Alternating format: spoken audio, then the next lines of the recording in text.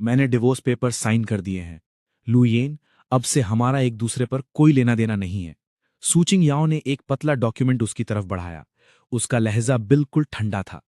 जो दुनिया तुमने मुझे दी वो बहुत छोटी थी, इतनी छोटी कि मैं मुश्किल से सांस ले पा रही थी। लुयेन ने पेन उठाया, एक पल के लिए हिचकिचाया, फिर अपना नाम साइन कर दिया। उसने उस औरत की तरफ देखा जिसे उसने 5 साल तक प्यार किया था। उसका मेकअप बेदाग था, उसका आउटफिट डिजाइनर का बनाया हुआ था, जैसे वो पहले से ही किसी और चमकती दुनिया की हो। वो मुस्कुराया, लेकिन वो गर्माहट उसकी आंखों तक नहीं पहुंची। सू चिंग्याओ, जिसे तुम अपनी पूरी दुनिया कहती हो, वो सिर्फ एक कोना था जो मैंने तुम्हें ऐसे ही दे दिया था। आज मैं इसे वापस ले रहा हूं। सिर्फ 10 मिनट में लाल मैरिज सर्टिफिकेट के बदले हरा डिवोर्स सर्टिफिकेट मिल गया। सूचिंग्याओ ने डिवोर्स सर्टिफिकेट ऐसे पकड़ा जैसे कोई भारी बोझ उतार रही हो। उसने सुकून की एक लंबी सांस ली, मुड़ी और चली गई। पॉलिश्ड फ्लोर टाइल्स पर उसकी हाई हील्स की आवाज तेज और फैसलाकुन थी। बिना किसी हिचकिचाहट के लू येन वहीं खड़ा रहा। उसकी एलिगेंट लेकिन ठंडी परछाई को देखता रहा जब तक वो चमकता हुआ चेहरा दरवाजे की तेज धूप में गायब नहीं हो गया। उसने अपना सर झुकाया और अपने हाथ में छोटी हरी बुकलेट को देखा। 5 साल की शादी अब खत्म हो गई थी। उसका फोन एक बार वाइब्रेट हुआ। ये सू चिंग्याओ का मैसेज था, छोटा और काम की बात। प्लीज जितना जल्दी हो सके अपना सामान घर से बाहर निकाल लो। मैं तुम्हारा कोई भी निशान पीछे नहीं देखना चाहती। लू येन ने कोई जवाब नहीं दिया। उसने ऐसे ही फोन वापस अपनी पॉकेट में डाला और सिविल अफेयर्स ब्यूरो से बाहर निकल गया। गर्मी की हवा चली जो अपने साथ तपिश लाई थी, फिर भी उससे उसे कोई गर्माहट नहीं मिली। उस जगह वापस जाते हुए जिसे कभी घर कहा जाता था, जो एक high and downtown residential complex में टॉप फ्लोर ड्यूप्लेक्स था। जैसे ही उसने दरवाजा खोला, सूचिंग याओ के महंगे परफ्यूम की खुशबू उस तक पहुंची। लिविंग रूम में सब कुछ पहले जैसा ही था, फिर भी किसी तरह सब कुछ अलग लग रहा था। एंट्रेंस पर उस लकड़ी के शू रैक पर जो उसने खुद बनाया था, उसकी स्लिपर्स गायब थीं। दीवार पर वो वेडिंग फोटो जो उन्होंने बाहर के मुल्क में साथ खिंचवाई थी, गायब हो चुकी थी, पीछे सिर्फ एक अकेला सफेद निशान छोड़कर। लू येन हल्का सा कड़वी मुस्कुराहट के साथ मुस्कुराया और पैक करना शुरू किया। उसके पास ज्यादा कुछ नहीं था, कुछ जोड़े कपड़े और थोड़ी पुरानी किताबें। वहां एक पुराना लकड़ी का चेस्ट भी था। उसने उसे खोला तो अंदर ढेर सारे स्केचेस मिले जो पेंसिल ड्राइंग से लेकर वाटर कलर वॉशेस तक थे। हर एक स्केच एक बेहद खूबसूरत फैशन डिजाइन था। हर शीट के नीचे राइट कॉर्नर पर वही सिग्नेचर था, एक सादा सा पुराना दिखने वाला निशान जो किसी कैरेक्टर जैसा लग रहा था। उसने ऐसे ही सबसे ऊपर वाली शीट उठाई। ये एक इवनिंग गाउन था जो स्टारी स्काई से इंस्पायर्ड था। इसके घेरे पर छोटे हीरे लगे थे जो यकीनन रोशनी में चमकते। ये ड्राइंग उसने 3 साल पहले स्केच किया था। फिर भी सूचिंग याओ ने पिछले महीने ही मुल्क में एक बड़े इमर्जिंग डिजाइनर अवार्ड को जीता था, जिसका काम बिल्कुल इसी क्रिएटिविटी से मिलता जुलता था। उस वक्त वो ऑडियंस स्टेज पर खड़ी थी, चमकती हुई और पुरएतमाद, कह रही थी, मेरी इंस्पिरेशन मेरी आज़ादी की तमन्ना और स्टारी स्काई से आती है। लू येन ऑडियंस में बैठा था, खामोशी से उसके लिए तालियां बजा रहा था। अब पीछे मुड़कर देखने पर यह सब बहुत कड़वा लग रहा था। उसने ध्यान से सारे स्केचेस वापस चेस्ट में रख दिए। ढक्कन बंद करते वक्त एक हल्की सी क्लिक की आवाज आई, जैसे इस रिश्ते की किस्मत को सील कर दिया हो। सब कुछ पैक करने के बाद उसने एक आखिरी बार उस खाली ठंडे घर को देखा। उसका फोन फिर से बजा। इस बार कॉल थी। स्क्रीन पर चमका, जांगी। लू येन ने कॉल उठाने के लिए स्वाइप किया। एक आदमी की आवाज जो कॉन्फिडेंस और गर्व से भरी हुई थी, फोन से आई। लू येन, मैंने सुना है तुम्हारा और चिंग्याओ का डिवोर्स हो गया है। मुबारक हो, आखिरकार तुमने अकल से काम लिया, उसे जाने दिया और खुद को आजाद कर लिया। जांगलिन, सू चिंग्याओ का आजकल का डिजाइन पार्टनर और उसका सबके सामने मान लिया गया सूटर, जो कैपिटल सर्कल्स में थोड़ा जाना माना इन्वेस्टर था। लू येन खामोश रहा। चिंग्याओ इंटरनेशनल स्टेज के लिए बनी थी, वो एक चमकता हुआ हीरा थी, जबकि वो उसके रास्ते में सिर्फ एक धूल का जर्रा था। जांग की आवाज में नीचा दिखाने वाला लहजा था। तुम उसे वो फ्यूचर नहीं दे सके जो वो चाहती थी, मैं दे सकता हूं। अगले हफ्ते के स्टारलाइट गाला में शिंग्याओ अपने नए मास्टरपीस रीबर्थ के साथ शो खत्म करेगी। वो उसका इंटरनेशनल सीन में ऑफिशियली एंटर करने का टिकट होगा। फिर तुम्हें समझ में आएगा कि तुम्हारे और उसके बीच का फासला कितना बड़ा है। ओ, और मैं बताना भूल गया कि गाला के टिकट्स की कीमत 3 लाख UN हर एक की है। क्या इसे देखने आने में इंटरेस्टेड हो? जांगी हल्का सा हंसा और फोन काट दिया। लू येन ने फोन पकड़ा हुआ था, उसके एक्सप्रेशन समझ नहीं आ रहे थे। स्टारलाइट गाला, बेशक उसे इस बारे में पता था। ये उसकी अपनी एंटरटेनमेंट कंपनी का एक एनुअल इवेंट था, सबसे ज्यादा पैसा खर्च करने वाले प्रोजेक्ट्स में से एक। रही उस 3 लाख UN की एडमिशन टिकट की बात, तो ऐसा लगता था कि उसने खुद ये कीमत तय की थी। वो आखिरी सूटकेस लेकर दरवाजे तक गया और उसका फोन फिर बजा। इस बार एक अनजान नंबर था। उसने फोन उठाया और एक इज्जतदार आवाज आई, मिस्टर लू। मिस्टर लुआन, मेन चेन शाओहून। लुयान ने रूखेपन से एक हूं के साथ जवाब दिया। चेन शाओ, वो बिजनेस टाइटन जिसे उसने खुद सिखाया था और जो उसके ग्लोबल बिजनेस एम्पायर की सबसे अनजान कोने एंटरटेनमेंट सेक्टर का चार्ट संभाल रहा था। सर, स्टारलाइट गाला का शेड्यूल आपके ईमेल पर भेज दिया गया है। इसके अलावा आपके ऑर्डर किए हुए एक्लिप्स प्रोजेक्ट की सारी तैयारियां पूरी हो चुकी हैं और किसी भी वक्त लॉन्च के लिए तैयार हैं। चेन शाओ की आवाज ठहरी हुई और मजबूत थी। इसे लॉन्च कर दो। लुयान ने सिर्फ 3 शब्द कहे जो सू कुइंग आओ से शुरू होते थे। फोन की दूसरी तरफ चेन शाओ थोड़ी देर के लिए रुका, लेकिन तुरंत जवाब दिया, जी सर। फोन रखने के बाद लुयान ने अपना सूटकेस खींचा और अपार्टमेंट से बाहर निकल गया। दरवाजा उसके पीछे धीरे से बंद हो गया, पिछले 5 सालों की हर चीज को खत्म करते हुए। उसने पीछे मुड़कर नहीं देखा। कुछ चीजें जब एक बार वापस मिल जाएं, तो उन्हें दूसरी बार देखने की जरूरत नहीं होती। वो एलिवेटर में दाखिल हुआ और पहली मंजिल का बटन दबाया। अंदर के चमकते हुए आईने में उसका शांत और बेखौफ चेहरा दिख रहा था, फिर भी उन गहरी आंखों में एक तूफान उठता हुआ लग रहा था। सू कुइंग आओ, तुम्हें लगता है कि तुम जंजीरों से आजाद हो गई हो और रोशनी की तरफ भाग रही हो। जल्द ही तुम्हें पता चलेगा कि जो तुमने अपने हाथों से बुझाया है वो तुम्हारी दुनिया की अकेली रोशनी है। कहने को नया जन्म, बिना आग के ये कैसे हासिल किया जा सकता है? और मैं वो आग हूं और वो अनंत गहरा आसमान भी, जो तय करता है कि लपटें जलेंगे या नहीं। उस महंगे अपार्टमेंट को छोड़कर लुयान कहीं और नहीं गया। इसके बजाय उसने टैक्सी ली और हिस्टोरिक डिस्ट्रिक्ट की एक पुराने स्टाइल की गली में चला गया। नीली ईंटें, काली टाइल्स, पत्थर के रास्ते, शहर के शोर शराबे के बीच बिल्कुल अलग। उसने अपना सूटकेस खींचा और एक जानी पहचानी सी एक अनजान गली में मुड़ गया। आखिर में एक पुराने लकड़ी के दरवाजे के सामने रुककर उसने उसे धक्का देकर खोला। चंदन की हल्की खुशबू और कपड़े की महक बाहर आई। ये एक बहुत बड़ा स्टूडियो था जिसकी छत काफी ऊंची थी। स्काईलाइट से धूप अंदर आ रही थी, जो हवा में उड़ते हुए धूल के कणों को चमका रही थी।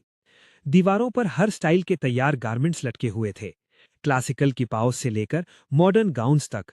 हर एक कारीगरी का एक बेहतरीन नमूना था। कई मास्टर क्राफ्ट्समैन, जो सब 50 साल से ऊपर थे, अपने रीडिंग ग्लासेस पहने ध्यान से अपने वर्क बेंचेस पर काम में लगे हुए थे।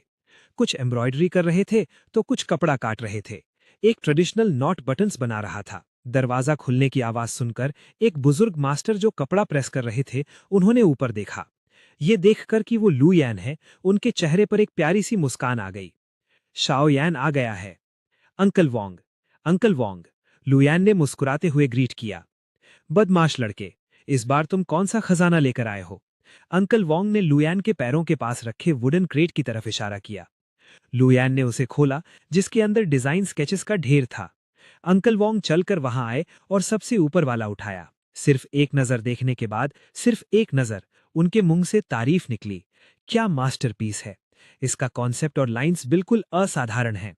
उन्होंने ध्यान से उन्हें पलटा और हर पेज के साथ वो और भी हैरान होते गए। शाओयान, ये सब तुम्हारी ड्राइंग्स है? बस यूं ही खाली वक्त में बना दी थीं, लुयान ने लापरवाही से कहा। वर्कशॉप के बाकी मास्टर क्राफ्ट्समैन भी वहां खिंचे चले आए। स्केचेस के क्रेट के पास जमा होकर हैरानी से बातें करने लगे। स्कर्ट के घेरे के लिए ब्रोकेड का इस्तेमाल करने वाला ये लैंडस्केप पीस, जिस पर हाथ से 1000 li of rivers and mountains pattern embroidery की गई है। क्या बोल्ड विजन है!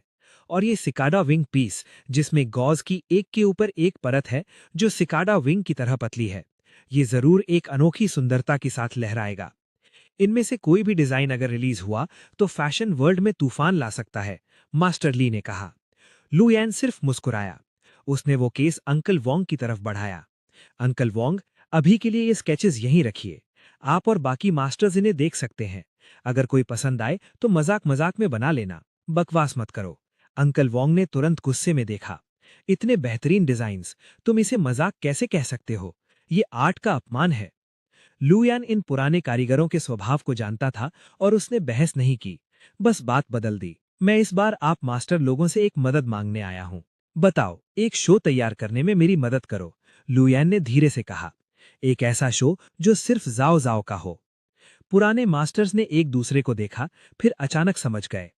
वो सब जानते थे कि लुयान के हर डिजाइन पर वो एक अक्षर वाला सील ही उसका सिग्नेचर था। जाओ। अंकल वोंग की आंखें तुरंत चमक उठीं। अच्छा है, हमने इस दिन के लिए बहुत लंबा इंतजार किया है। उन्होंने लू यान के कंधे पर जोर से थपथपाया। उनकी एक्साइटमेंट साफ दिख रही थी। हमें बताओ कि हमें क्या करना है, बस एक बार बोलो। हमारी ये पुरानी हड्डियां अभी भी हिल सकती हैं। मैं चाहता हूं कि आप इन ब्लूप्रिंट्स को हकीकत में बदल दें। लू यान की आवाज शांत थी, लेकिन उसमें एक ना टलने वाली ताकत थी। मैं चाहता हूं कि हर कोई देखे कि असली डिजाइन आखिर होता क्या है। इसी बीच सूचिंग याओ सीबीडी की टॉप फ्लोर पर अपने लग्जूरियस पर्सनल स्टूडियो में थी। वो जैंग ही के साथ फोन पर थी। उसकी आवाज में एक्साइटमेंट भरी हुई थी, जो मुश्किल से कंट्रोल हो रही थी। जैंग ही, निर्वाणा का फाइनल प्रोसेस पूरा हो गया है। ये बिल्कुल परफेक्ट है। मैं गारंटी देती हूं कि स्टारलाइट गाला में ये सबसे ज्यादा चमकने वाली चीज होगी। जैंग ही लाइन के दूसरी तरफ हंसा। बिल्कुल मेरी चिन्याओ, तुम स्पॉटलाइट में खड़े होने के लिए ही पैदा हुई हो। गाला के बाद मैं तुरंत फंडिंग राउंड की सीरीज शुरू कर दूंगा। मैंने पहले ही कई top international venture capital firm से बात कर ली है। वो तुम्हारे ब्रांड में बहुत इंटरेस्टेड हैं। तब तक सूचिंग याओ का नाम पेरिस, मिलान और न्यूयॉर्क में गूंजेगा। जैंग ही का उसके लिए ये बड़ा विजन सुनकर सूचिंग याओ का दिल एक्साइटमेंट से भर गया। वो खुद को दुनिया के शिखर पर खड़ा देख सकती थी, जहां हजारों लोग उसकी इज्जत कर रहे थे। और लू यान, जैंग ही ने अचानक टॉपिक बदलते हुए ये नाम लिया। ये सुनते ही सूचिंग याओ की भौहें अचानक थोड़ी सिकुड़ गईं। वो पहले ही बाहर जा चुका है। एक आदमी जो खुद का खर्चा तक नहीं उठा सकता, वो बात करने के लायक नहीं है। उसकी आवाज नफरत और हिकारत से भरी हुई थी। उसकी नजरों में लू यान एक आलसी, लापरवाह और किसी काम का नहीं था। कुछ घर जैसा खाना बनाने और कमर्शियली वर्थलेस आर्ट पेंट करने के अलावा वो बिल्कुल बेकार था। उससे 5 साल तक शादी करना उसकी जिंदगी की सबसे बड़ी गलती थी। शुक्र है, अब सब खत्म हो गया है। ये अच्छा है, जैंग ही ने सुकून से कहा। चिंगयाओ, तुम और वो पहले ही दो अलग दुनिया से हो। अब से उस जैसे इररिलेवेंट लोगों को अपना मूड खराब मत करने देना। मुझे पता है। सू चिंगयाओ ने एक लंबी सांस ली। मेरी दुनिया में सिर्फ मेरा करियर है। फोन रखने के बाद वो फ्लोर टू सीलिंग विंडो की तरफ गई। नीचे चलती फिरती सिटी को देखते हुए उसके अंदर एम्बिशन और बड़े सपनों का एक अनोखा एहसास जगा। लू यान, क्या तुम देख रहे हो? ये वो जिंदगी है जो मुझे सू चिंगयाओ को मिलनी चाहिए थी। और तुम सिर्फ मेरे पैलों तले कुचले जाने के लायक हो और ऊपर देखकर मेरी चमक को निहार सकते हो। उसने अपना फोन उठाया और अपने काम के साथ अपनी एक फोटो पोस्ट की। कैप्शन में लिखा था, बीते हुए कल को अलविदा, नई जिंदगी का स्वागत है। द स्टार लाइट काला, निर्वाणा। जल्द ही लाइक्स और कमेंट्स की बाढ़ आ गई। गॉडेस बहुत सुंदर, गाउन बहुत इथीरियल है। सिस्टर याओ को गाला में चमकते देखने का इंतजार है। दुआ है कि निर्वाणा दुनिया को हैरान कर दे। जैंग ही का कमेंट सबसे ऊपर था, सिर्फ एक शब्द और साथ में एक हार्ट इमोजी। सूचिन याओ ने उस सारी तारीफ को देखा और उसकी मुस्कुराहट और गहरी हो गई। उसने इस बात पर बिल्कुल ध्यान नहीं दिया कि जिस वक्त उसने ये पोस्ट किया, उसी वक्त लूम नाम के एक मिस्टीरियस अकाउंट ने बाहर के एक private top tier designer forum पर पुराने बंद पड़े डिजाइन ड्राफ्ट्स अपलोड किए थे। उसका टाइटल ओल्ड ड्रीम्स था। स्टारलाइट गाला की रात को पूरी सिटी ने देखा, जब red carpet stars, celebrities, socialites और फैशन आइकन्स से चमक रहा था, जो सबका ध्यान खींचने की कोशिश कर रहे थे। सूचिंग याओ उस शाम की सबसे ज्यादा इंतजार की जाने वाली एमर्जिंग डिजाइनर थी। जैंग ही का हाथ पकड़े हुए ग्रैंड एंट्रेंस करते हुए उसने एक सिंपल लेकिन एलिगेंटली डिजाइंड ब्लैक गाउन पहना था। उसका मेकअप फ्लॉलेस था और उससे कॉन्फिडेंस साफ झलक रहा था। जबकि जैंग ही ने एक परफेक्ट टेलर्ड व्हाइट सूट पहना था, जो बहुत ही ग्रेस और चार्म दे रहा था। वो दोनों एक गोल्डन कपल की तरह साथ खड़े थे और तुरंत ही सारी मीडिया की स्पॉटलाइट उन पर आ गई और कैमरा फ्लैशेस बिना रुके ऐसे चल रहे थे जैसे मुफ्त के हों। मिस सू, क्या आप आज रात के फाइनल पीस निर्वाणा को लेकर कॉन्फिडेंट है? कहा जाता है कि आपने मिस सू को सपोर्ट करने के लिए बहुत पैसा खर्च किया है। क्या ये सच है? सूचिंग याओ ने कैमरास की तरफ देखकर मुस्कुराया और रिपोर्टर्स के सवालों का जवाब बड़े सुकून से दिया। निर्वाणा एक ऐसा काम है जिसमें मैंने अपना दिल और जान लगा दी है। मुझे यकीन है कि ये किसी को मायूस नहीं करेगा। फिर जैंग ही ने सूचिंग याओ की कमर में हाथ डाला और कैमरास के सामने जोर से कहा, चिंग याओ के लिए सब कुछ जायज है। मैं ना सिर्फ उसके आज को सपोर्ट करना चाहता हूं, बल्कि उसके फ्यूचर में भी इन्वेस्ट करना चाहता हूं। ये शब्द एक तरह से प्यार का पब्लिक डिक्लेरेशन था, जिसने तुरंत ही पूरे वेन्यू में आग लगा दी।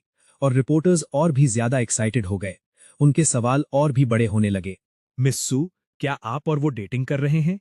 क्या आपका आपके एक्स हस्बैंड से डिवोर्स मिस्टर जैंग से जुड़ा है? उनके एक्स हस्बैंड का जिक्र करते हुए सू चिंग्याओ की मुस्कुराहट एक पल के लिए थमी, लेकिन जल्द ही नॉर्मल हो गई। मेरे एक्स हस्बैंड और मैंने इनकम्पैटिबल वैल्यूज की वजह से एमिकेबली रास्ते अलग कर लिए।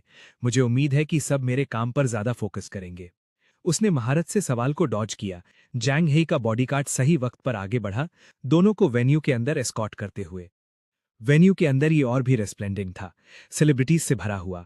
सू चिंग्या और जैंग हे के साथ आम इनाम भीड़ के बीच से गुजरी, दूसरों की एडमायरिंग और एनवियस नजरों का मजा लेते हुए। उसका वैनिटी काफी सेटिस्फाइड था। चिन्याओ, देखो, ये वो दुनिया है जहां तुम बिलोंग करती हो, जैंग हे ने उसके कान में विस्पर किया। वो लू सरनेम वाला आदमी तो यहां कदम रखने का हक भी नहीं रखता। सू चिंग्याओ के होठों पर एक कंटेम्प्चुअस मुस्कुराहट आई। हाँ, वो किसी काम का नहीं लोइंग। वो शायद इस वक्त किसी सस्ते रेंटल अपार्टमेंट में छुपा होगा, लाइव ब्रॉडकास्ट देख रहा होगा और मुझसे एनबी कर रहा होगा। इस सोच के साथ उसके दिल में डिवोर्स से जुड़ी इमोशन की आखिरी लहर भी पूरी तरह खत्म हो गई। ग्रैंड सेरेमनी ऑफिशियली शुरू हुई। लंबी ओपनिंग और सॉन्ग और डांस परफॉर्मेंसेस के बाद ये आखिरकार सबसे थ्रिलिंग पार्ट पर पहुंच गया, एनुअल डिजाइनर कलेक्शन रिलीज। एक के बाद एक एक्सक्विजिट गाउन्स मॉडल्स के जरिए ऑडियंस के सामने शोकेस किए गए। फिर भी सब डिस्ट्रैक्टेड लग रहे थे। सब लोग ईगरली ग्रैंड फिनाले सू चिंग्याओ के निर्वाणा का इंतजार कर रहे थे। होस्ट ने सू चिंग्याओ का नाम एक एक्सिलरेटिंग टोन में अनाउंस किया। अगले, हमारी जीनियस डिजाइनर सू चिंग्याओ का स्वागत करने के लिए सबसे ज्यादा अप्लॉज दें जब वो अपनी लेटेस्ट मास्टरपीस निर्वाणा प्रेजेंट करती हैं। वेन्यू की लाइट्स डिम हो गईं, सिर्फ एक सिंगल स्पॉटलाइट रह गई जो रनवे के एंट्रेंस पर चमक रही थी। जैसे ही म्यूजिक शुरू हुआ, एक मैग्निफिसेंट गाउन में मॉडल धीरे से बाहर आई। ये फ्लेम्स और एशेस से इंस्पायर्ड एक स्वीपिंग ड्रेस थी, जिसकी ग्रेडियंट क्रिम्सन बॉर्डर्स पर गोल्ड थ्रेड से इंट्रिकेट फीनिक्स मोटिव्स की एम्ब्रॉयडरी थी। स्कर्ट ग्रेट यूल की काउंटलेस लेयर्स से बनी थी, जो आग के स्मोकी रेमनेंट्स की तरह लग रही थी। जैसे मॉडल चली, स्कर्ट बिलो हुई, जो सही में एशेस से उठते हुए फीनिक्स की ऑ इंस्पायरिंग खूबसूरती को दर्शा रही थी, जो डिस्ट्रक्शन से दोबारा पैदा हुआ हो। वाओ! अमेजमेंट की एक लहर भीड़ में फैल गई। कितना सुंदर है! ये बिल्कुल एक वर्क ऑफ आर्ट है। ये डिजाइन बिल्कुल स्टनिंग है। सू चिंग्याओ सच में एक जीनियस है। जैंग हे ने अपने पास सू चिंग्याओ के चेहरे पर प्राउड एक्सप्रेशन देखा और विस्पर किया, चिन्याओ, तुम कामयाब हो गई हो। सू चिंग्याओ इतनी एक्साइटेड थी कि उसने अपने हाथ मजबूती से भींच लिए। उसकी आंखें थोड़ी नम थीं।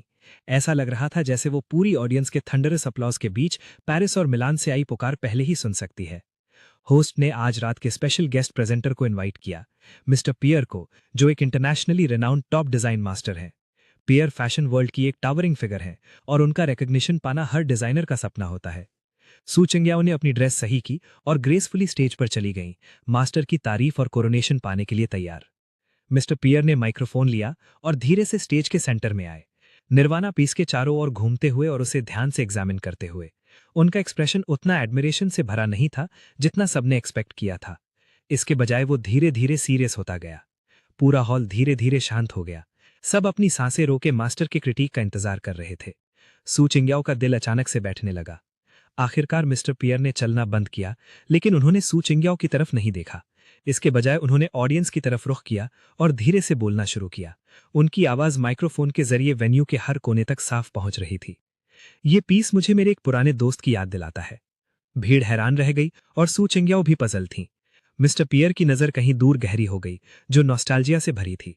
वो मेरे मिले हुए सबसे टैलेंटेड डिजाइनर्स में से एक थे। हम उन्हें लूम द वीवर कहते थे, क्योंकि वो नीडल और थ्रेड का यूज करके दुनिया के सबसे खूबसूरत सपने बुन सकते थे। अफसोस, वो एक बहुत प्राइवेट पर्सन थे, इल्यूसिव और बहुत कम दिखाई देते थे। सालों पहले उन्होंने मुझे ओल्ड ड्रीम्स टाइटल वाली डिजाइन स्केचेस का एक सेट दिखाया था, और उनमें से एक का नाम बर्निंग था। इस पॉइंट पर मिस्टर पियर रुके।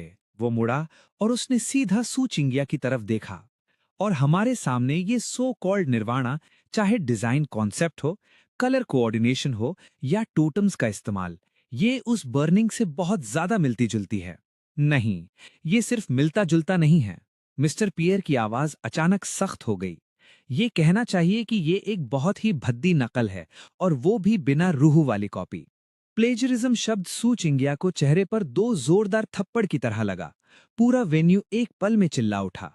सबकी आंखें हैरत से हटकर शौक में बदल गईं, फिर शक और नफरत में। सब स्टेज पर खड़ी उस ठर्री हुई शख्सियत की तरफ देख रही थीं।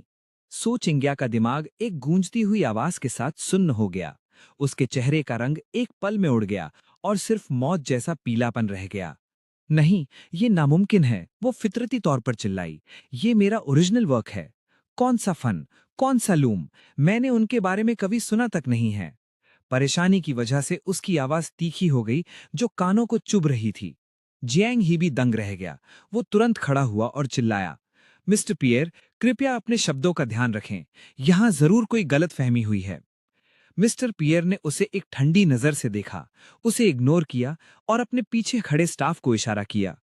क्योंकि मिस सू इसे मानने से इनकार कर रही हैं, तो सबको खुद देखने दें कि असली ओरिजिनलिटी कैसी दिखती है। जैसे ही उन्होंने बोलना खत्म किया, स्टेज के पीछे वाली बड़ी एलईडी स्क्रीन तुरंत जल उठी। एक high definition design draft screen पर दिखाया गया। एक थोड़ा सा पीला पड़ा हुआ ब्लूप्रिंट, फिर भी कॉम्पोजिशन, लाइंस और कलर एनोटेशन से हर एक डिटेल साफ दिख रही थी। बिना किसी शक के ये गाउन बिल्कुल निर्वाणा जैसा ही था। नहीं, ये निर्वाणा से भी ज्यादा खूबसूरत और जान से भरा हुआ था। ड्राफ्ट के नीचे वाले दाएं कोने में एक साधारण एंशिएंट झाओ कैरेक्टर सील वहां खामोशी से छपी हुई थी, जैसे खामोशी से किसी का मजाक उड़ा रही हो। स्क्रीन के नीचे छोटे अक्षरों की एक लाइन थी, वर्क मोमेंटम डिजाइनर, लन हाउ, क्रिएशन डेट 3 साल पहले। भीड़ पूरी तरह चिल्ला उठा, ओ मेरे भगवान, ये तो सच में बिल्कुल एक जैसा है। नहीं, एक जैसे से भी बढ़कर। ओरिजिनल ड्राफ्ट में डिटेल वर्क देखो, ये सोच इंडिया के पीस से कहीं ज्यादा बेहतर है। तो सोच इंडिया ने प्लेजरिज्म किया है, उसका सो कॉल्ड जीनियस होना सिर्फ एक मजाक है। कैरेक्टर कोलैप्स, साल का सबसे बड़ा फैशन स्कैंडल। कैमरा फ्लैशेस एक बार फिर पागलपन की हद तक होने लगे, पर इस बार कैमरा ने उस ब्रिलियंट जीनियस डिजाइनर को नहीं, बल्कि एक ऐसी प्लेजरिस्ट को कैप्चर किया जिसके पास छुपने की कोई जगह नहीं थी। सू चिंग्या पूरी तरह काम गई, स्क्रीन पर उस जानी पहचानी सील की छाप को बिना किसी भाव के घूरते हुए। एक अजीब ख्याल जो इतना बेहुदा था कि उसे बिना रुके हंसने का मन कर रहा था, उसके दिल की गहराइयों से उठा। लू शिंग, वो निकम्मा, वो पेंट कर सकता था और वो भी ये सील यूज करता था। पर यह कैसे मुमकिन हो सकता है? वो भला पियर को कैसे जान सकता है? उसके पेंटिंग्स को इस मास्टर के द्वारा जीनियस वर्क्स कैसे कहा जा सकता है? ये पक्का एक इत्तेफाक होगा, एक साजिश। ये सच नहीं हो सकता। ये एक फोर्जरी है। सू चिंग्या पागलपन में चिल्लाई, कोई मुझे बर्बाद करने की कोशिश कर रहा है। जियांग ही को भी होश आया। वो स्टेज की तरफ भागा, सू चिंग्या को बचाते हुए अपने पीछे खींचा और ऑडियंस पर गरजा, चुप हो जाओ तुम सब। जिसने भी अफवाहें फैलाने की हिम्मत की वो पछताएगा। उसने स्कैंडल को दबाने के लिए अपने प्रभाव का इस्तेमाल करने की कोशिश की, पर मिस्टर पियर सिर्फ नफरत से मुस्कुराए। एक फोर्जरी मिस्टर जियांग? क्या आप मेरी ईमानदारी पर सवाल उठा रहे हैं? या आप दुनिया के टॉप डिजाइनर्स में शामिल लूम की काबिलियत पर शक कर रहे हैं? या शायद आपको लगता है कि कोई मेरी नाक के नीचे से ये सब कर लेगा, एक नकली इमेज का इस्तेमाल करके पूरी दुनिया को धोखा देने के लिए?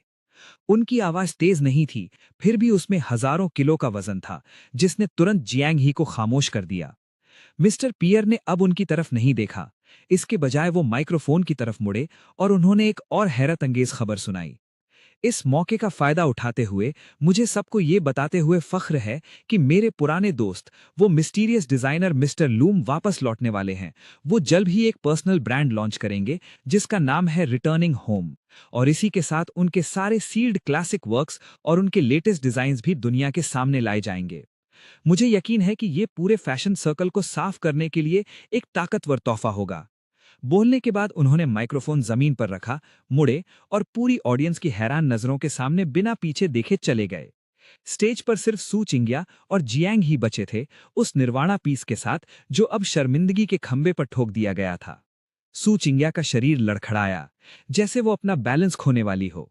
उस पल उसकी दुनिया तेजी से घूमने लगी। उसका सारा गुरूर, उसके सारे सपने उस डिजाइन ड्राफ्ट के सामने आते ही चूर चूर हो गए। वो खत्म हो चुकी थी। हंगामा, ऐसा हंगामा जो पहले कभी नहीं हुआ था। स्टारलाइट गाला के ऑर्गेनाइजर्स ने हालत को काबू में करने की कोशिश में तुरंत लाइव ब्रॉडकास्ट सिग्नल को काट दिया, पर तब तक बहुत देर हो चुकी थी। हैशटैग सू प्लेजराइज्ड सिर्फ कुछ ही मिनटों में बड़े सोशल मीडिया प्लेटफॉर्म्स के ट्रेंडिंग लिस्ट्स पर सबसे ऊपर पहुंच गए। इसके पीछे एक चमकता हुआ लाल एक्सप्लोजिव टैग था। सीन पर मौजूद रिपोर्टर्स और गेस्ट्स खून की बू सूंघने वाली शार्क्स की तरह सू चिंग्याओ और शियांग ही के चारों तरफ जमा हो गए, जब तक कि वो पूरी तरह फंस नहीं गई। मिस सू, आप प्लेजरिज्म के इल्जामात को कैसे एक्सप्लेन करती हैं? क्या ये वाकई एक इत्तेफाक है कि आपका काम निर्वाणा बर्निंग से इतनी मिलती-जुलती है? क्या वो सारे अवार्ड्स जो आपने पहले जीते हैं, उन पर भी प्लेजरिज्म का शक है? मिस्टर जैंग, मिस सू के पार्टनर होने के नाते क्या आपको इस बात का पता था? जहर में डूबी खंजर की तरह ये तीखे सवाल सू चिंग्याओ को बेरहमी से चुभने लगे। उसका चेहरा मौत जैसा सफेद पड़ गया। उसके होंठ थरथरा रहे थे और वो एक शब्द भी नहीं बोल पा रही थी। उसका दिमाग पूरी तरह परेशान था और उसके सर में सिर्फ पियरे के शब्द, एक सोललेस कॉपी, बार बार गूंज रहे थे। जैंग ही ने अपने शरीर से उसे बचाया और रिपोर्टर्स को सख्ती से डांटने लगा।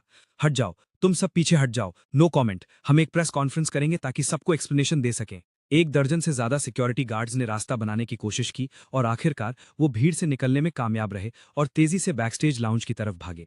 दरवाजा जोर से बंद हुआ, जिसने बाहर का शोर रोक दिया। सू चिंग्याओती सारी ताकत खत्म हो चुकी थी और वो निढाल होकर सोफा पर गिर गई। जैंग ही ने चिढ़ते हुए अपनी टाई ढीली की और कमरे में इधर उधर घूमने लगा। उसका चेहरा इतना गुस्से में था कि उदासी टपक रही थी। डैम इट, ये कैसे हो सकता है? उसने दीवार पर मुक्का मारा। वो पियरे, क्या उसे मरना है? उसने मेरे ही इलाके में मेरी इस तरह बेइज्जती करने की हिम्मत कैसे की? और वो लूम क्या चीज है? वो आया कहां से? सू चिंग्याओ ने परेशानी में बड़बड़ाया। जाओ, वो मार्क, क्या? जैंग ही को समझ नहीं आया। सू चिंग्याओ ने अचानक ऊपर देखा और उसका हाथ ऐसे पकड़ा जैसे वो उसकी आखिरी उम्मीद हो। ये लू येन है, ये जरूर वही होगा। वो मार्क लू येन का है। वो पेंटिंग किया करता था, उसे वो सील यूज करना बहुत पसंद है। जैंग ही एक पल के लिए रुक गया, फिर वो मजाक उड़ाने वाली हंसी हंसने लगा, जैसे उसने दुनिया का सबसे बड़ा जोक सुना हो। चिन्याओ, क्या तुम्हारा दिमाग खराब हो गया है? लू येन, वो निकम्मा जिसके पास कोई काम तक नहीं है, वो पियरे को कैसे जान सकता है? पियरे उसे सबसे ज्यादा टैलेंटेड डिजाइनर कैसे कह सकता है? मजाक बंद करो, ये बिल्कुल नामुमकिन है। लेकिन सू चिंग्याओ की आवाज आंसुओं से कांप रही थी। मगर वो मार्क, ये जरूर एक इत्तेफाक होगा, जैंग ही ने सख्ती से कहा। कोई जरूर पीछे से हमें नुकसान पहुंचाने की कोशिश कर रहा है और इसका फायदा उठाकर तुम्हारे ब्रांड को खत्म करना चाहता है। उसने अपना फोन निकाला और जल्दी जल्दी कॉल्स करने लगा। वांगियन, लूम नाम के डिजाइनर को ढूंढने में मेरी मदद करो। हाँ, मुझे उसकी सारी इन्फॉर्मेशन चाहिए। एडिटर इन चीफ, आज रात के स्टारलाइट गाला की सारी न्यूज सब दबा दो, एक भी खबर पब्लिश नहीं होनी चाहिए। पीआर डिपार्टमेंट तुरंत एक स्टेटमेंट जारी करे। कहो कि निर्वाणा एक ओरिजिनल डिजाइन है और अफवाह फैलाने वालों के खिलाफ हम लीगल एक्शन लेने का हक रखते हैं। उसने ढंग से सारे ऑर्डर्स दिए ताकि हालात संभल सकें। सू चिंग्याओ ने उसे देखा और उसके दिल में उम्मीद की एक किरण जगी। जैंग ही सही था, कोई जरूर उसे नुकसान पहुंचाने की कोशिश कर रहा है। उस निकम्मे लू येन का इतना इन्फ्लुएंस कैसे हो सकता है? वो अच्छे कपड़े तक नहीं खरीद सकता, ऐसी चीज डिजाइन करना तो दूर की बात है। मैं शायद सदमे से अपना दिमाग खो रही हूं। लेकिन जैंग ही को जो कॉल से जवाब मिले, उन्होंने धीरे धीरे उसके चेहरे का भरोसा खत्म कर दिया। सॉरी, लूम की इन्फॉर्मेशन टॉप सीक्रेट है, हम उसे देख नहीं सकते। डैम इट, कोई फायदा नहीं। सारे मीडिया प्लेटफॉर्म्स को ऊपर से ऑर्डर्स मिले हैं कि सू चिंग्याओ के प्लेजरिज्म की न्यूज को प्रायोरिटी दें, हम इसे दबा नहीं सकते। डैम इट, हमारा स्टेटमेंट पोस्ट किया गया था, लेकिन उसे लूम के ऑफिशियल वेरीफाइड अकाउंट ने रीपोस्ट कर दिया। उन्होंने सिर्फ 2 शब्द कहे, सी यू इन कोर्ट। एक के बाद एक बुरी खबरें आने लगी और जैंग ही के चेहरे के एक्सप्रेशंस और भी गंभीर होते गए। उसे आखिरकार एहसास हुआ कि इस बार उसने किसी स्टील प्लेट को ठोकर मार दी है, एक ऐसी स्टील प्लेट जिसे उकसाना उसके बस की बात नहीं थी। उसी वक्त सू चिंग्याओ का फोन भी लगातार बजने लगा। उन ब्रांड्स की कॉल्स जिन्हें उसने साइन किया था, उन मैगजीन्स की जिनसे उसने कोलैबोरेट किया था और उन सोशलाइट्स की जो कभी उसकी तारीफ करते थे, बिना किसी एक्सेप्शन के। वो सब कॉन्ट्रैक्ट्स खत्म करने और खुद को दूर करने के लिए कॉल कर रहे थे। मिस सू, हमारा ब्रांड किसी ऐसे डिजाइनर को बर्दाश्त नहीं कर सकता जिसकी रेपुटेशन खराब हो। कोलैबोरेशन खत्म किया जाता है। चाओ, मुझे माफ करना, लेकिन हमें अपने अगले इशू के लिए कवर मॉडल बदलना पड़ सकता है। सू चिंग्याओ, तुम झूठी हो, मैं तुम्हें फिर कभी नहीं देखना चाहती। जब दीवार गिरती है तो हर कोई धक्का देता है। सिर्फ 1 घंटे में वो आसमान से मिट्टी में गिर चुकी थी। कांपते हुए हाथों से उसने वीबो खोला ताकि लोगों की राय का अंदाजा लगा सके। ट्रेंडिंग लिस्ट पर टॉप 10 में से 8 टॉपिक्स उससे जुड़े हुए थे। Su Chingyao plagiarism, star gala scandal, heart एक for loom, genius designer, persona collapses, Zhang He, Su Chingyao, Pierre Gang, return voyage, boycott disgrace designer, Su Chingyao. नीश करोड़ों गालियां और मजाक था, मैं उसे इतना पसंद करती थी। ये बिल्ली और चूहे का खेल है। अगर चूहा बहुत जल्दी मर गया तो मजा नहीं आएगा। उनका लहजा शांत था, लेकिन शेन शाओ की रीढ़ की हड्डी में एक ठंडक सी दौड़ गई। बॉस के साथ 10 साल रहने के बाद एक अनाड़ी रुकी से लेकर अब $100 बिलियन के कमर्शियल एम्पायर को संभालने वाला सीईओ बनने तक वो किसी भी और से बेहतर समझता था कि ये दिखने में शरीफ और मासूम आदमी जब अपना नकाब उतारेगा तो बिल्कुल खौफनाक होगा। वो फूड चेन के सबसे ऊपर का असली प्रेडेटर था। वैसे लुयेन, क्या गुहो लॉन्च इवेंट का वेन्यू सब सेट हो गया है? इंतजाम हो गया है सर। ये नेशनल आर्ट गैलरी के मेन एग्जीबिशन हॉल में होगा, जो अगले मंडे के लिए स्केड्यूल्ड है। इतनी जल्दी? लुयन थोड़ा हैरान था। शेन शाओ मुस्कुराया। सर, अगर आप चाहें तो हम लॉन्च फॉरबिडन सिटी में भी कर सकते हैं। लुयन ने ना तो हाँ कहा और ना ही ना। गेस्ट लिस्ट का क्या हुआ? मिस्टर पियर ने पहले ही आने के लिए हाँ कर दी है।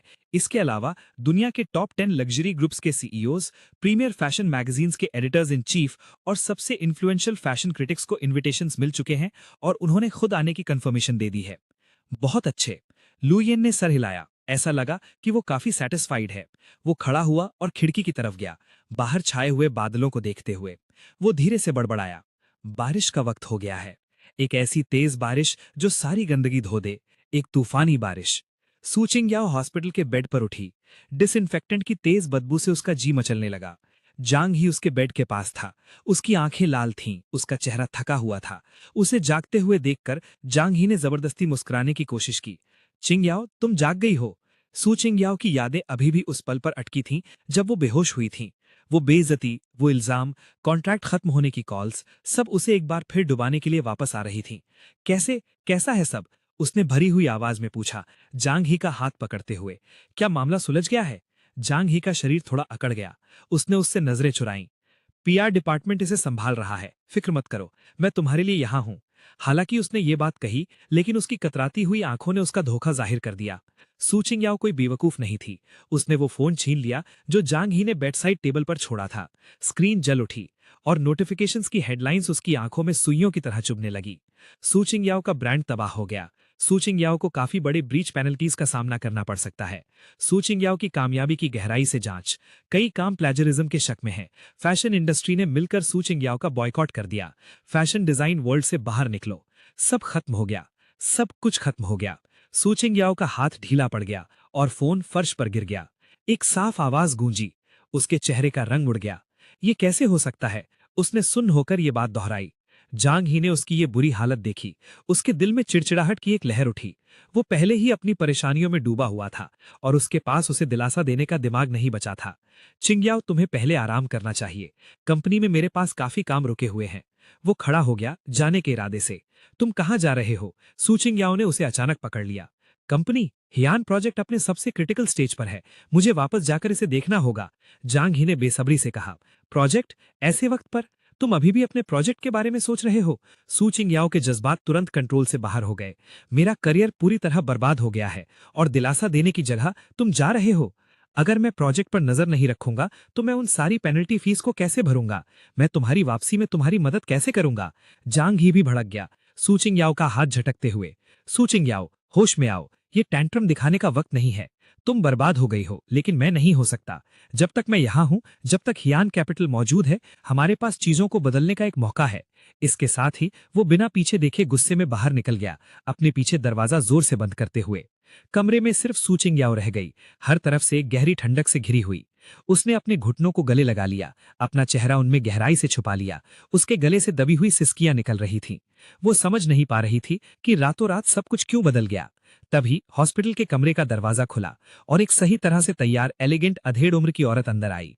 वो सू चिंगयाओ की मेंटर थी और डोमेस्टिक फैशन इंडस्ट्री की एक अथॉरिटेटिव फिगर थी। पता चला वो एक चोर है। घिनौना है ये। दूसरों की मेहनत को अपना बताना और उसका नाम निर्वाणा रखना। शर्म कहाँ है? लूम के रिटर्न वॉयज लॉन्च का इंतजार है ताकि वो उसे बुरी तरह एक्सपोज कर सके। सू चिंगयाओ इसे और बर्दाश्त नहीं कर सकी। उसके आगे अंधेरा छा गया और वो बेहोश हो गई। शहर के एक दूसरे हिस्से में एक एंटीक स्टाइल टी रूम में लू येन एक पियरवुड टी टेबल पर बैठा था। वो आराम से अपनी चाय बना रहा था, जबकि उसके सामने वाली दीवार पर एक अल्ट्रा थिन एलसीडी टेलीविजन टंगा हुआ था। उसकी स्क्रीन खामोशी से न्यूज ब्रॉडकास्ट कर रही थी, जिसकी हेडलाइन थी, फेमस डिजाइनर सू चिंगयाओ एम्ब्रॉयल्ड इन प्लेजरिज्म स्कैंडल, स्टारी गैला डिसेंड्स इनटू फार्स। फुटेज में सू जिंगयाओ और जियांग ही को रिपोर्टर्स ने बुरा हाल में घेरा हुआ था। चेन जियाओ एक साइड पर इज्जत के साथ खड़ा था और टैबलेट हाथ में लिए रिपोर्ट कर रहा था। सर, एक्लिप्स प्रोजेक्ट का फेज 1 कामयाबी से पूरा हो गया है। स्टारी गैला का असर अभी भी दिख रहा है। सू चिंगयाओ के ब्रांड सू चिंगयाओ के स्टॉक मार्केट खुलते ही लिमिट डाउन पर गिर गए और मार्केट वैल्यू 90% से ज्यादा खत्म हो गई। उसके साथ काम करने वाले सभी ब्रांड्स ने फॉरेन कॉन्ट्रैक्ट टर्मिनेशंस का ऐलान कर दिया है और बड़े कॉम्पेंसेशन क्लेम्स फाइल कर दिए हैं। बड़े मीडिया प्लेटफॉर्म्स पर पब्लिक ओपिनियन पूरी तरह हमारे हक में हो गया है।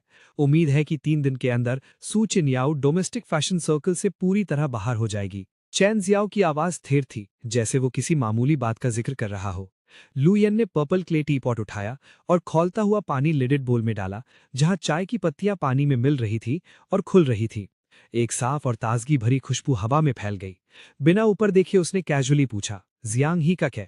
उसने जियांग ही के नाम पर कैपिटल लगाया है। उन्होंने हालात संभालने के लिए अपने सारे रिसोर्सेज लगा दिए हैं, लेकिन हमारे लोगों ने हर कोशिश को रोक दिया है। चैन जियाओ के होठों पर एक ठंडी मुस्कुराहट आई। लगता है उसे अभी तक एहसास नहीं हुआ कि वो किस बड़े खतरे का सामना कर रहा है। वो सोचता है कि वो एक नदी है, एक ताकत जिसे नजरअंदाज नहीं किया जा सकता। वो ये नहीं जानता कि आपके विशाल ओशन के सामने वो पानी की एक बूंद भी नहीं है। लुयन ने चाय का पहला इन्फ्यूजन बाहर निकाल दिया। ये रिंसिंग स्टेप था। उसने पॉट को फिर से गर्म पानी से भरा, फिर चाय को 2 छोटे सेलेडॉन कप्स में डाला और एक कप चैन जियाओ की तरफ बढ़ाते हुए कहा, बैठो सर, मेरी हिम्मत नहीं होगी। चैन जियाओ ने जल्दी से सर झुकाया। लुयन ने उसे देखा, लेकिन बात पर जोर नहीं दिया। जियांग ही, वो काफी एम्बिशियस है, अपने तरीकों में काफी बेरहम है, लेकिन उसकी बुनियाद बहुत कमजोर, घमंडी और ओवर कॉन्फिडेंट है। वो चिनयाओ को स्टेपिंग स्टोन बनाकर आसमान तक पहुंचना चाहता है, बिना ये समझे कि वो आसमान मैंने ही उसके लिए संभाला हुआ था। लुयन ने अपना टी कप उठाया और एक हल्की सी सिप ली। अगर वो चिंग्यास के फ्यूचर में इन्वेस्ट करना चाहता है तो मैं ये पक्का करूंगा कि वो अपना प्रेजेंट भी खो दे। चेन जियाओ का दिल बैठ गया। वो जानता था कि मास्टर अब सच में गुस्से में है। मास्टर का इशारा साफ था। हीटियन कैपिटल, क्या वो इस वक्त सदर्न डिस्ट्रिक्ट के उस जमीन के हिस्से के लिए बिड कर रहे हैं? लुयन ने पूछा। हाँ सर, इस प्रोजेक्ट के लिए। उन्होंने लगभग कंपनी के सारे एसेट्स गिरवी रख दिए हैं और एक high stakes gamble agreement sign किया है। कामयाबी ही एकमात्र रास्ता है, नाकामी की कोई जगह नहीं है, चैनजी ने तुरंत जवाब दिया। बेहतरीन। लुयन ने अपना टी कप नीचे रखा। हमारे पहले से तैयार नए एनर्जी प्रोजेक्ट प्रपोजल की एक कॉपी उनके कंपेटिटर्स को लीक कर दो। साथ ही बैंक्स को भी नोटिफाई कर दो कि हीटियन कैपिटल की सारी क्रेडिट लाइन सख्त कर दें। मैं चाहता हूं कि उनकी फंडिंग चेन एक रात में ही पूरी तरह टूट जाए। चैन जियाओ की सांस एक पल के लिए रुक गई। ये बेरहमी थी। ये सिर्फ फ्यूल सप्लाई रोकना नहीं था, ये तो पूरा बर्तन ही छीन लेना था। पहले एक ऐसा लालच दो जिसे छोड़ा ना जा सके, ताकि वो सब कुछ इन्वेस्ट कर दें। फिर सबसे नाजुक मौके पर सारा सपोर्ट खींच लो। इस बार जियांग ही सिर्फ फंडिंग चेन टूटने और नाकाम गैम्बल एग्रीमेंट की वजह से बिड नहीं हारेगा। वो पूरा हीटियन कैपिटल गवा देगा और उस पर बहुत बड़ा कर्ज भी आ जाएगा। जी सर, मैं इसे तुरंत संभाल लूंगा। चैन जियाओ ने जरा भी सुस्ती दिखाने की हिम्मत नहीं की। कोई जल्दी नहीं है। लुयन ने अपना हाथ हिलाया। उसे 2-3 दिन और नाचने दो। Linsey teacher. सू चिनयाओ को एक लाइफ लाइन दिखी। वो घबराहट में वहां से रिंगते हुए गई। टीचर, आपको मेरी मदद करनी होगी, सब मुझे फंसा रहे हैं। लिंसी ने अपनी सबसे प्राइज्ड डिसाइपल की तरफ देखा। अब ऐसी रैचेड स्टेट में उसके एक्सप्रेशन कॉम्प्लेक्स थे। उसने मदद के लिए हाथ नहीं बढ़ाया, बल्कि एक डॉक्यूमेंट फेंका। उसके सामने वो अकेडमी का डिसमिसल नोटिस था। लिंसी की आवाज खिड़की के बाहर की बाइटिंग विंड से भी ज्यादा ठंडी थी। आज से तुम हमारी अकेडमी में गेस्ट प्रोफेसर नहीं रही। इसके अलावा अकेडमी ने तुम्हारी ग्रेजुएशन पर मिले गोल्ड अवार्ड को रिवोक करने का फैसला किया है। सू चिनयाओ को ऐसा लगा जैसे उस पर बिजली गिरी हो। उसने अपनी मेंटर को डिसबिलीफ में घूरा। क्यों टीचर, आप भी मुझ पर यकीन नहीं करती? फेथ, लिंसी ठंडक से स्नियर किया। ये इसलिए है क्योंकि मैंने तुम पर बहुत ज्यादा यकीन किया। उसने अपने बैग से टैबलेट निकाला, एक वेब पेज खोला और उसे सू चिनयाओ के सामने दे मारा। वो एक इंटरनेशनल डिजाइनर फोरम पर एक पोस्ट थी। पोस्ट में किसी ने लिंसी के सैलून के अक्लेम्ड वर्क्स को लून्स के डिजाइन ड्राफ्ट्स के साथ साइड बाय साइड रखा था और उनका detailed comparison, overlay analysis, detailed examination और डिजाइन कॉन्सेप्ट्स का ट्रेसिंग किया था। नतीजा शॉकिंग था। लिंसी के अवार्ड विनिंग वर्क्स का भी लून्स डिजाइन से इंट्रिकेट कनेक्शंस था। हालांकि वो फैन किंगॉस की ह्यूमन चेसबोर्ड की तरह ब्लेटेंट कॉपी नहीं थी, लेकिन कोई भी डिसर्निंग आई वाला रिजेम्बलेंस देख सकता था। लून्स फ्रेमवर्क पर कुछ क्लमजी मॉडिफिकेशंस किए गए थे। इस पोस्ट को कई लैंग्वेजेस में ट्रांसलेट किया गया है और ये ग्लोबल फैशन सर्कल में आग की तरह फैल रही है। रेपुटेशन और स्टेटस जो लिंसी ने दशकों में बनाया था, वो अब एक धागे से लटक रहा है। सू चिनयाओ, मुझे बताओ, क्या तुमने ये सब किया? ली ने टैबलेट की तरफ इशारा किया और सख्ती से पूछा, क्या तुम्हें शुरू से लून्स के वजूद के बारे में पता था? क्या तुमने उसके डिजाइन ड्राफ्ट्स लिए, कुछ मुझे दी और कुछ अपने पास रखे? सू चिनयाओ पूरी तरह स्टंट थी। उसने कंपैरिजन इमेजेस को देखा, उसका दिमाग ब्लैंक था। नहीं, मुझे नहीं पता, मुझे सच में नहीं पता। तुम्हें नहीं पता? लिंजी गुस्से से कांपने लगी। तो तुम्हारा निर्वाण कहाँ से आया? मुझे मत कहना कि तुमने इसे खुद डिजाइन किया है। सुचिन्यास के होंठ हिले पर कोई आवाज नहीं निकली। वो अबसर्ड ख्याल, जिसे उसने जानबूझकर इग्नोर किया था, बदले के साथ उसके दिमाग में वापस आया। लुईयान, उसके अलावा और कौन हो सकता है? वो ड्राइंग्स हमेशा घर के स्टडी में रखी रहती थीं। क्या ऐसा हो सकता है? क्या टीचर की इंस्पिरेशंस भी वही थीं? एक खौफनाक सच उसके सामने आया, जो धीरे धीरे सतह पर आ रहा था। वो और उसकी टीचर, उनका टैलेंट, जिस पर उन्हें फख्र था, सारे काम जिन्होंने उन्हें मशहूर बनाया, सब एक ही इंसान से आए थे। वो इंसान जिससे वो नफरत और स्कॉन करती थी, लुईयान। लिंसी ने उसकी डेवस्टेटेड स्टेट देखकर कुछ समझ लिया। उसने एक बिटर लाफ हंसी, जैसे एक पल में उसकी उम्र 10 साल बढ़ गई हो। तो ये बात है, हम दोनों, मास्टर और डिसाइपल ने आज अपनी रेपुटेशन असल में एक थीफ के नाम पर बनाई है। कितना बड़ा मजाक है।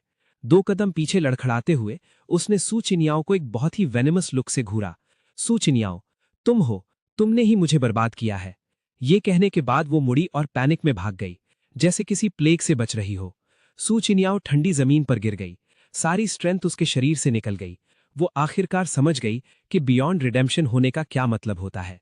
सुचिन्याओ नहीं जानती थी कि वो हॉस्पिटल से कैसे निकली। एक भटकती हुई गोस्ट की तरह वो बिना किसी मकसद के सड़कों पर चलती रही। उसके आसपास की हर चीज ब्लर्ड और अनरियल होने लगी। पासास बाय के इशारा करने और विस्परिंग के साथ उसके फोन का हर पुश नोटिफिकेशन एक इनविजिबल ब्लेड की तरह लग रहा था, जो धीरे धीरे उसके टुकड़े कर रहा था। एक ही ख्याल उसके दिमाग पर छाया हुआ था, फाइंड लूशिंग। उसे उसका सामना फेस टू फेस करना था, उससे सीधा पूछने के लिए कि क्या इस सब के पीछे वही था। एक पागल औरत की तरह वो उस जगह की तरफ भागी जो कभी उनका घर था। वो अपनी पूरी ताकत से भागी। फेमिलियर अपार्टमेंट बिल्डिंग पहुंचकर एलिवेटर में भागते हुए घुसी। उसने टॉप फ्लोर का बटन दबाया। जैसे ही एलिवेटर के दरवाजे खुले, वो लड़खड़ाते हुए दरवाजे तक गई, पागलों की तरह बेल बजाने लगी और लकड़ी पर हाथ मारने लगी। लुईयान, दरवाजा खोलो, बाहर आओ लुईयान, तुम कावड़, बाहर आओ। उसकी आवाज हॉर्स थी, उसका डेमीनर डिरेंज था, लेकिन अंदर से कोई जवाब नहीं आया। एक नेबर ने अपना दरवाजा खोला, नफरत से बाहर देखते हुए। ये कैसा रैकेट है? यहां कोई काफी समय से नहीं रहता, यहां कोई नहीं रहता। सुचिन्याओ जम गई। सही, वो कुछ दिन पहले ही मूव आउट कर गया था और जगह पहले ही सेल के लिए लिस्टेड थी। क्या तुम्हें नहीं पता था? नेबर ने अपनी बात खत्म की और दरवाजा जोर से बंद कर दिया।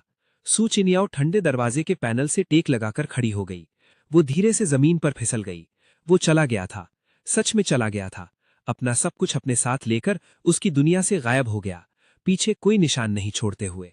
नहीं, उसने कुछ तो छोड़ा होगा।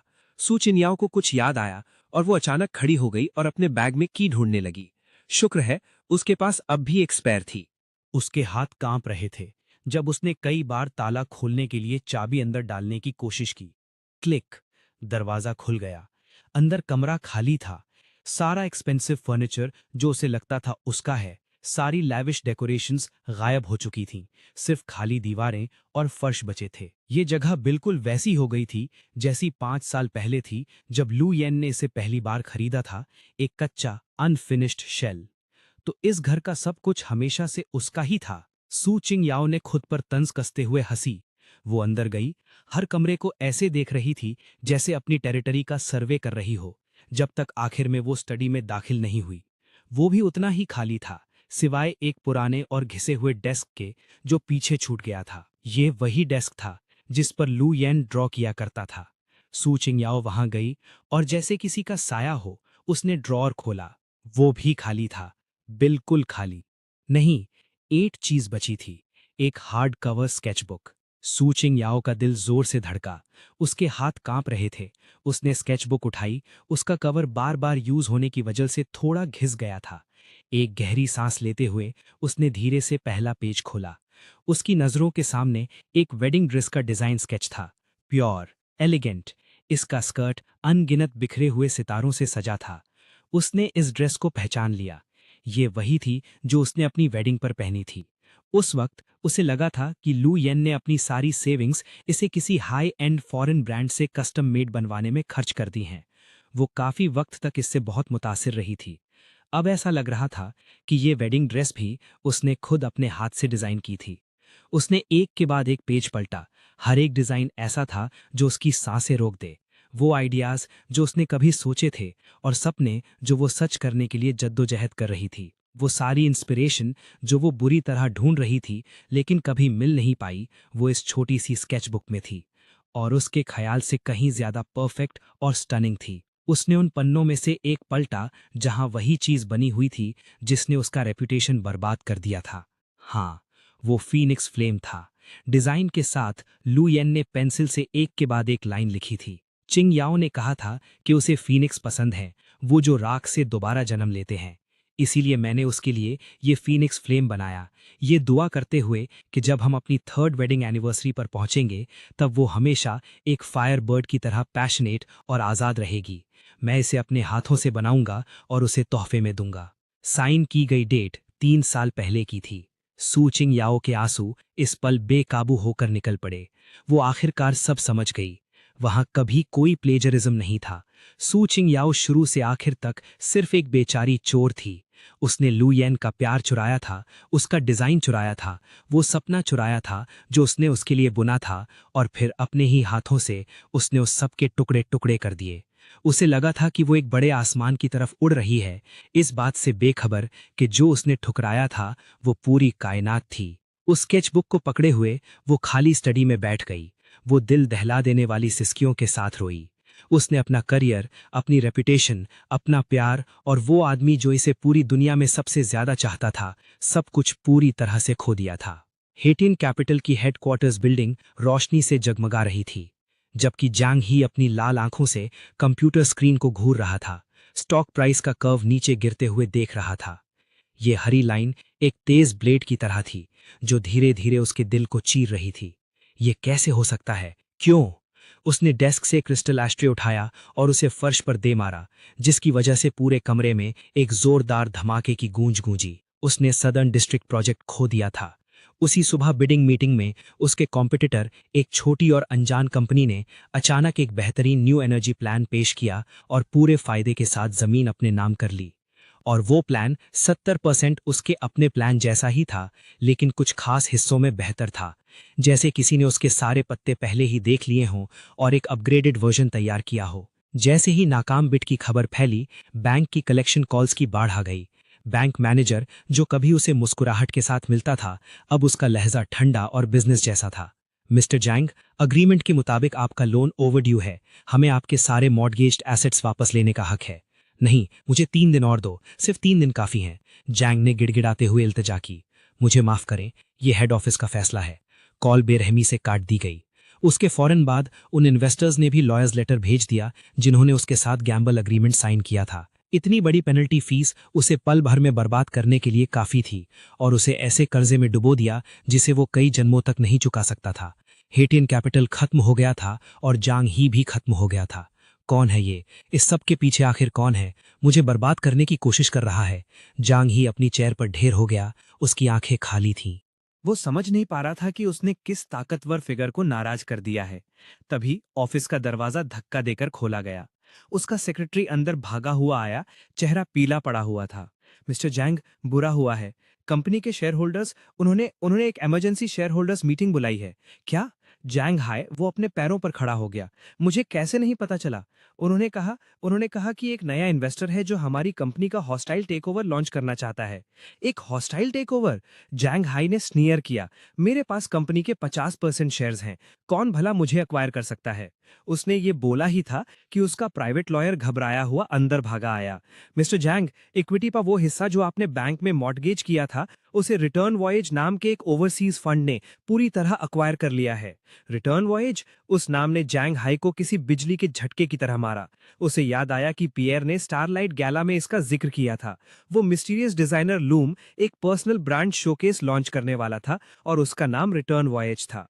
अब रिटर्न वॉयज फंड के सेकेंडरी मार्केट और दूसरे रिटेल इन्वेस्टर्स के एक्विजिशंस के साथ उनका शेयर होल्डिंग रेशियो 51.9% तक पहुंच गया है।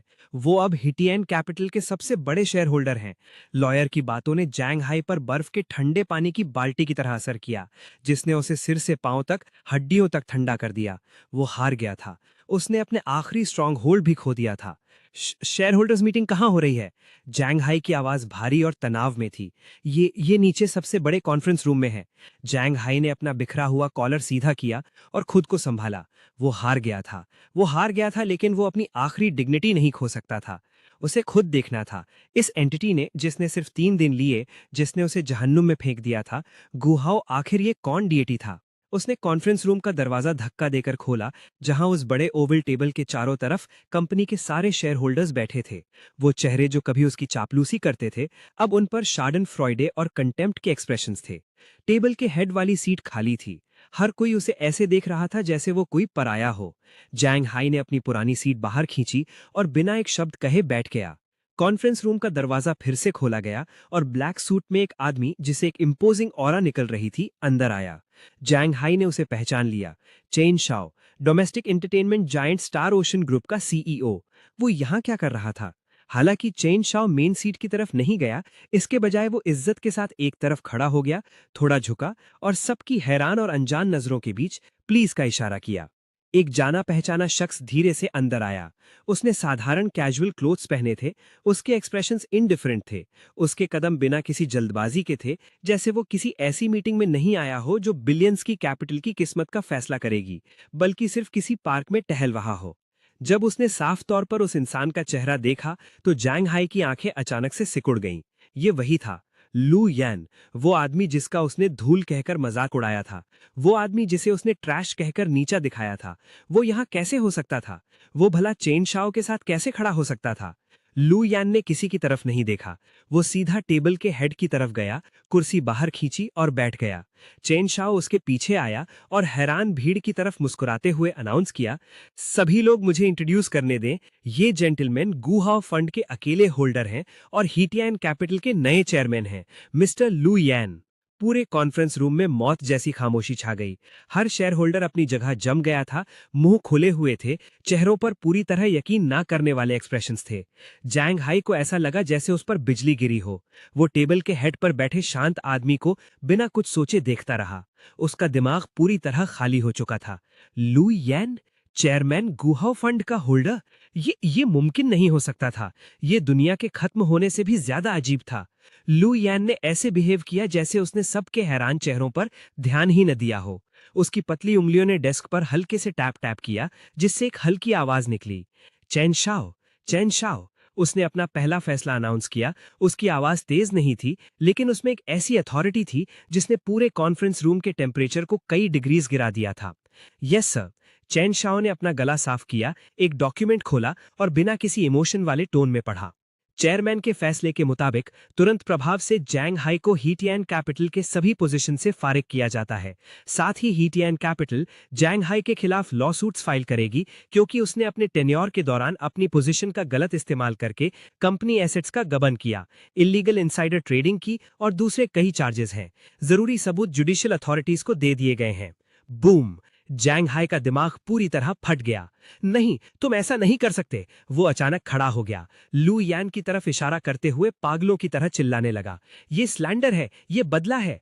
लू यान ने आखिरकार ऊपर देखा। पहली बार उसकी नजरों से नजरें मिलाईं। वो नजर शांत, सुकून भरी, इनडिफरेंट, जैसे किसी क्लाउनिश परफॉर्मर को देख रहा हो। बदला? लू यान हल्के से हंसा। जैंग हाई, तुम अपने बारे में कुछ ज्यादा ही बड़ा सोचते हो। तुम तो इस लायक भी नहीं हो। इस आम सी बात ने जैंग हाई को किसी भी बड़ी बेइज्जती से ज्यादा गहरा जख्म दिया। उसका प्राउड आइडेंटिटी, सब कुछ जो उसने इतनी मेहनत से बनाया था। इस आदमी की आंखों में वो उसके बदले के लायक भी नहीं था। उसके पास तो क्वालिफिकेशंस भी नहीं थी। क्यों? जांग ही के पैरों ने साथ छोड़ दिया और वो कुर्सी पर ढीर हो गया, डेज में खुद से बड़बड़ाते हुए। तुम ही क्यों? ये सवाल तुम्हें सू चिंगा से पूछना चाहिए। लू यान खड़ा हो गया, उस पर एक बार फिर नजर डाले बिना। मैं ये तुम पर छोड़ता हूं, उसने चिंशा से कहा। जी सर। लू यान मुड़ा और वो दरवाजे की तरफ चलने लगा। जब वो वहां पहुंचा, वो रुका, पीछे मुड़ा और वहां मौजूद सभी लोगों पर अपनी नजर घुमाई। मैं ये बताना भूल गया कि सदर्न डिस्ट्रिक्ट की जमीन आखिरकार हमारे द्वारा सिक्योर कर ली गई है। आज से कैपिटल हम पूरी तरह से न्यू एनर्जी इंडस्ट्री में ट्रांजिशन करेंगे। नए एरा में सबका स्वागत है। इसके साथ ही उसने दरवाजा धक्का दिया और निकल गया, पीछे शॉक और साइलेंस से भरा कमरा छोड़ते हुए। जांग ही पूरी तरह कोलैप्स हो गया। ऐसा लग रहा था जैसे उसकी सारी हड्डियां निकल ली गई हों। उसे कुर्सी पर ढेर छोड़ते हुए उसका चेहरा ऐश और ग्रे हो गया। वो आखिरकार समझ गया कि वो शुरुआत से ही हार गया था, पूरी तरह हार गया। उसने सोचा था कि वो 5th फ्लोर पर है, जबकि लू यान 1st पर था। उसे क्या पता था, लू यान शुरू से ही एटमॉस्फेयर के पार खड़ा था, ठंडे दिमाग से देख रहा था, जबकि वो धूल में मजे ले रहा था। लू यान कैपिटल बिल्डिंग से बाहर निकला। बाहर बिना किसी के ध्यान दिए हल्की बारिश होने लगी थी। एक ब्लैक बेंटली खामोशी से सीढ़ियों के नीचे इंतजार कर रही थी, जिसके साथ चिंशा ने उसके लिए कार का दरवाजा खुला रखा था। जैसे ही वो अंदर बैठने वाला था, एक फिगर बारिश में तेजी से भागते हुए आया। वो सूचिंग याओ थी, सिर से पांव तक भीगी हुई। उसके बाल उसके चेहरे पर बुरी तरह चिपके हुए थे। उसका मेकअप स्मियर्ड था। वो पूरी तरह डिशेवर्ड लग रही थी।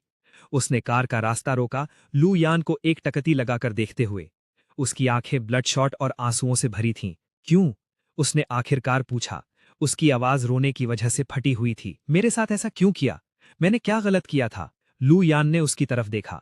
ये औरत जिसे उसने कभी अपनी हड्डियों की गहराई तक प्यार किया था, उसके चेहरे पर पहले वाले प्राइड और रेडियंस का कोई निशान नहीं था। सिर्फ रिग्रेट और रिजेंटमेंट बचा था। उसने उसके सवाल का जवाब नहीं दिया, बस उसे शांति से देखता रहा। जब बारिश उसके बालों से टपक रही थी, इसने उसके चेहरे को भी भिगो दिया, ये ब्लर करते हुए कि ये बारिश थी या आंसू। लू यान, कुछ कहो। सूचिंगा के इमोशंस फिर से आउट ऑफ कंट्रोल हो गए। क्या तुमने सब कुछ शुरू से ही प्लान किया था? मुझे एक मूर्ख की तरह ऊपर चढ़ते हुए देखना, फिर मुझे मेरे सबसे ब्राइटेस्ट मोमेंट में नीचे गिरा देना? क्या तुम्हें ये अम्यूजिंग लगा? क्या तुमने कभी मुझसे एक दिन के लिए भी प्यार किया? वो चिल्लाई, जवाब मांगते हुए। लू यान आखिरकार बोला।